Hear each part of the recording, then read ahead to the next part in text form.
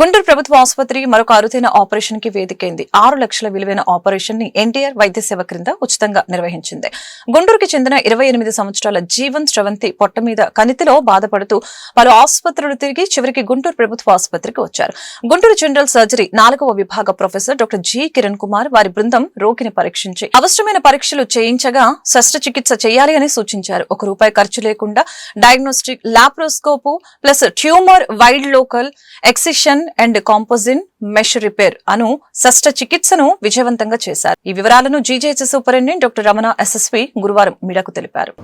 శస్త్రచికిత్స చేసి దాన్ని విజయవంతం చేసి ఒక అద్భుతాన్ని మళ్ళీ ఒకసారి సృష్టించారు ఈ general surgery department 4th unit వారు. అలాగే ఈ సర్జరీ చేసిన వారు వాళ్ళ టీము జి కిరణ్ కుమార్ గారు, అలాగే హెచ్ఓడి వై కిరణ్ కుమార్ గారు, వారి మిత్ర బృందం, వారి డాక్టర్ల బృందం అంతా కూడా చక్కగా ఈ ఆపరేషన్ విజయవంతం చేశారు. ఈ ఆపరేషను 28 ఏళ్ల ఈ జీవన స్రవంతి అనే ఒక అమ్మాయి చిట్లూరుపేట నుంచి వచ్చింది. ఈ అమ్మాయికి కడుపు పైన అంటే అబ్డమెన్ వాల్ పైన చిన్న కణితిలాగా వస్తే వచ్చారు. దాన్ని ఇక్కడ జనరల్ సర్జరీ డిపార్ట్మెంట్ వారు ఇది డెస్మాయిడ్ ట్యూమరు, ఇది 10 లక్షల మందిలో ఒకరికి వస్తుంది, అలాంటి ఒక రేర్ ట్యూమర్ అని కనుక్కొని దీనికి డయాగ్నోస్టిక్ లాప్రోస్కోపీ చేసి మిగతా టెస్టులన్నీ చేసి ఇది మనం చక్కగా ఇక్కడ సక్సెస్ఫుల్గా తీసేయగలము. ఈ ట్యూమరు ఆ అమ్మాయికి ప్రశాంతంగా హాయిగా జీవించేలా చేయగలమని ఒక నమ్మకం ఏర్పరచుకున్న తర్వాత టెస్టులన్నీ చేసిన తర్వాత ఈ ఆపరేషను అంటే ఈ కణితి తీసి అక్కడ దానికి మెష్ పెట్టారు. ఈ మెష్ కూడా చాలా కాంప్లెక్స్ మెష్, అది మామూలుగా వేసే మెష్ కాదు, మామూలుగా హెర్నియాస్లో వేసే మెష్ కాదు. అలాంటి గొప్ప మెష్ని ఇక్కడ అంతా కూడా ఎన్టీఆర్ వైద్య సేవ పథకం కింద ఈ ఆపరేషన్ రూపాయి కూడా ఖర్చు కాకుండా 6 లక్షలు ఖర్చు అయ్యేది బయట అయితే 6 నుంచి 10 లక్షలు ఖర్చు అవుతుంది డెఫినెట్గా, అంటే స్థాయి ఆఫ్ ఆపరేషన్ హాస్పిటల్ బట్టి. సో అలాంటి క్లిష్టతరమైన ఖరీదైన ఆపరేషన్ని ఈ యంగ్ లేడీ జీవన స్రవంతి మీద చాలా అద్భుతంగా సక్సెస్ఫుల్గా చేసినందుకు నేను మనస్ఫూర్తిగా చేతులు సాపి హక్కును చేర్చుకున్న హాస్పిటల్ ఇది. సో మన వాళ్ళు ఇక్కడ హక్కు చేర్చుకొని జి కిరణ్ గారు వీళ్ళందరూ కూడా ఒక జబ్బు డెస్మాయిడ్ ట్యూమర్గా నిర్ణయించి, డెస్మాయిడ్ ట్యూమర్ అనేది చాలా అరుదుగా వస్తుందండి, కండరాలకు వస్తుంది.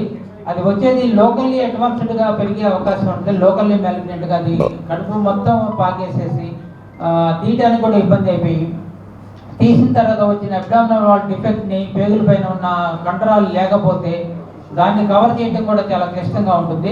అలానే ఈ ట్యూమర్ ఒక్కొక్కసారి పేగులకు అతుకులు ఏర్పడి ఆపరేషన్ కూడా చాలా క్లిష్టంగా ఉండే అవకాశం ఉంది.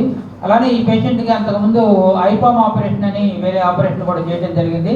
ఆ ఐపామ్ ఆపరేషన్ చేయడం వలన మెష్ కూడా ఒకటి పాత మెష్ కూడా అది అతుక్కుపోయి ఉంది, అది కూడా తీసేసి ఈ ట్యూమర్ని పూర్తిగా తొలగించి దాన్ని ఆపరేషన్ చేసేటప్పుడు కూడా దీంట్లో క్యాన్సర్ ఉందా లేదా నిర్ధారణ చేసుకొని పెథాలజీ డాక్టర్ల ఒపీనియన్ తీసుకొని మరి మధ్య డాక్టర్లు అయితే పోలయ్య గారు మరి ఆయన అనుగ్రహం లేకుండా ఏది జరగదు కాబట్టి ఆయన అనుగ్రహం అయితే మాత్రం జనరల్ సర్జరీ డిపార్ట్మెంట్ మీద చాలా ఎక్కువగా ఉంది.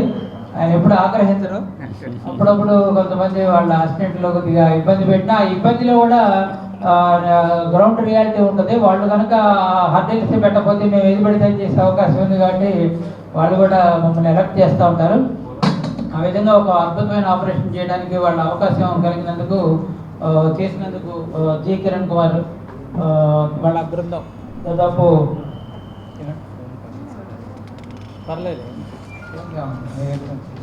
సో వీళ్ళు టీం ఉన్నారండి. అరుణ, గీతిక, అక్షయ్, సత్యదేవ్, రవి, అలానే పోలయ్య గారు, శాంసన్ గారు కూడా డైనమిక్ అసిస్టెంట్ ప్రొఫెసర్.